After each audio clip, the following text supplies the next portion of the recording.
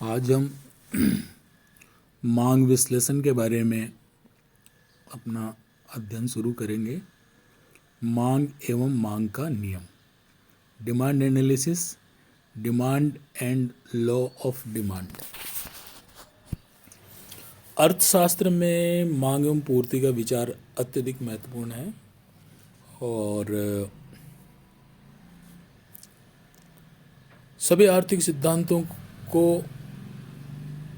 मांग और पूर्ति का विश्लेषण का अगर ठीक से ज्ञान हो तो हम समझ सकते हैं। यदि किसी तोते को अर्थशास्त्र के प्रत्येक प्रश्न के उत्तर में मांग तथा पूर्ति रटा दिया जाए तो वह एक अच्छा अर्थशास्त्री होगा। ये एक अर्थशास्त्र के बारे में कथन है। सबसे पहले हम मांग के बारे में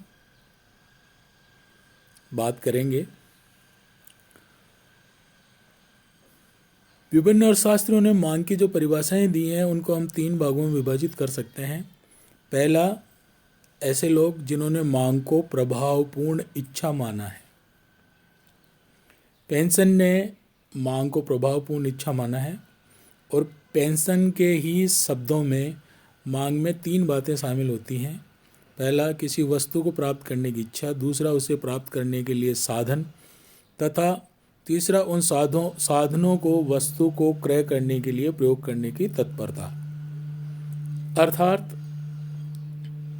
इस परिभाषा के अनुसार मांग और आवश्यकता में कोई भेद नहीं रहता। इसमें मांग को आवश्यकता का पर्यायवाची बताया गया है। मांग उस आवश्यकता को कहते हैं जो पूरी हो जाए, परंतु मांग पर मूल्य तथा समय दोनों का ही प्रभाव पड़ता है। इसी तरह से दूसरी जो हमारा वर्गीकरण है मांग की परिभाषा को लेकर, वो है मूल्य के संदर्भ में मांग की परिभाषा। कुछ विद्वानों ने मांग को मूल्य के संबंधित मानकर अपने विचार दिए हैं, परिभाषाएं दी हैं, जिसमें सबसे पहले हम नाम लेते हैं प्रोफेसर मिल का। प्रोफेसर मिल के अनुसार मांग का अभिप्राय किसी वस्तु की उस मात्रा से है जिसकी मांग की जाती है, लेकिन ये जानना चाहिए कि यह निश्चित मात्रा नहीं होती, बल्कि साधारणतः यह मूल्य अनुसार परिवर्तित होती रहती है।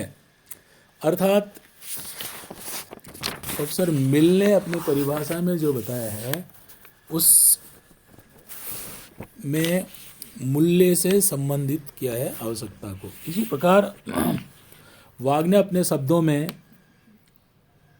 मांग को परिभाषित करते हुए कहा है कि किसी वस्तु की मांग उसकी कीमत तथा उस मात्रा का संबंध होती है जो उस कीमत पर क्रय की जाएगी। तीसरा जो एक और वर्ग है जो मांग के बारे में अपनी परिभाषा देता है, वह मूल्य तथा समय दोनों से ही संबंधित करते हुए आवश्यकता को मांग के रूप में परिभाषित करता है। इसमें मेयर्स और बेहनम के नाम सबसे महत्वपूर्ण है। सबसे पहले हम मेयर्स के शब्दों में ही मांग की परिभाषा को देखते हैं। किसी वस्तु की मांग उन मात्राओं की तालिका होती है जिन्हें क्रेता किसी समय विशेष पर सभी संभावित मूल्यों पर खरीदने को तत्पर होता है। इसी तरह से बेहनम ने भी मांग को परिभाषित करते हुए कहा है कि किसी दिए हुए मूल्य पर किसी वस्तु की मांग उसकी वह मात्रा है जो उस मूल्य पर किसी समय विशेष पर क्रय की जाएगी। अर्थात समय, मूल्य और क्रय करने की तत्परता, ये एक मांग के लिए महत्वपूर्ण है। उपर्युक्त परिभाषाओं को अगर हम ध्यानपूर्वक देखें तो हमें मांग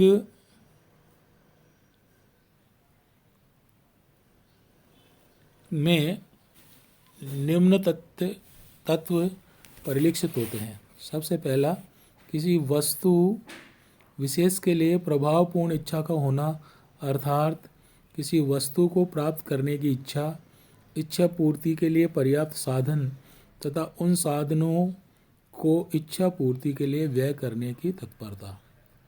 दूसरा, वस्तु विशेष की इच्छा कीमत विशेष से संबंधित होती है। और तीसरा जो महत्वपूर्ण है वह है निश्चित समय अवधि। वस्तु विशेष की मांग का संबंध जो है प्रतिदिन, प्रति सप्ताह, प्रति माह, प्रति वर्ष आदि समय अवधि भी निश्चित होती है। तो तीन चीज़ें इसमें प्रमुख रूप से एक मांग में समाहित होती हैं। एक निश्चित समय अवधि, कीमत विशेष, प्रभावपूर्ण इच्छा, और तीसरा कुछ लोग इसमें एक और शब्द जो जोड़ते हैं वो स्थान विशेष। तो चार बातें अगर हम मांग की परिभाषा को देखें तो चार बातें हम इसमें से महत्वपूर्ण देख सकते हैं। पहला, प्रभावपूर्ण इच्छा। दूसरा, निश्चित मूल्य। तीसरा, निश्चित समय। और चौथा, एक निश्चित स्थान, चाहे वो स्थानीय बाजार हो, चाहे वो जिला मुख्यालय या जिला हो, लेकिन एक निश्चित स्थान होता है कि इतने उस निश्चित समय, निश्चित स्थान और निश्चित मूल्य पर जो मात्राएं मांगी जाएंगी प्रभावपूर्ण इच्छा के कारण, उसको हम मांग कह सकते हैं। इसी में अगर हम देखें तो मांग की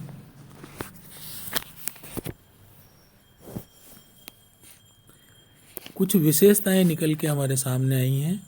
उन विशेषताओं को हम देखेंगे। सबसे पहली जो विशेषता है वो है मांग प्रभावोत्पादक इच्छा होती है। Demand is effective desire. अतः आवश्यकता के समान ही मांग में भी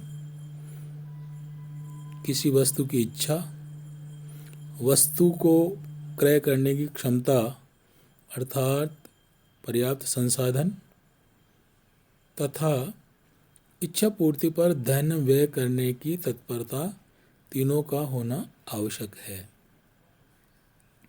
उसी प्रकार जो मांग का संबंध है वो प्रमुख रूप से मूल्य पर होता है, मूल्य से होता है।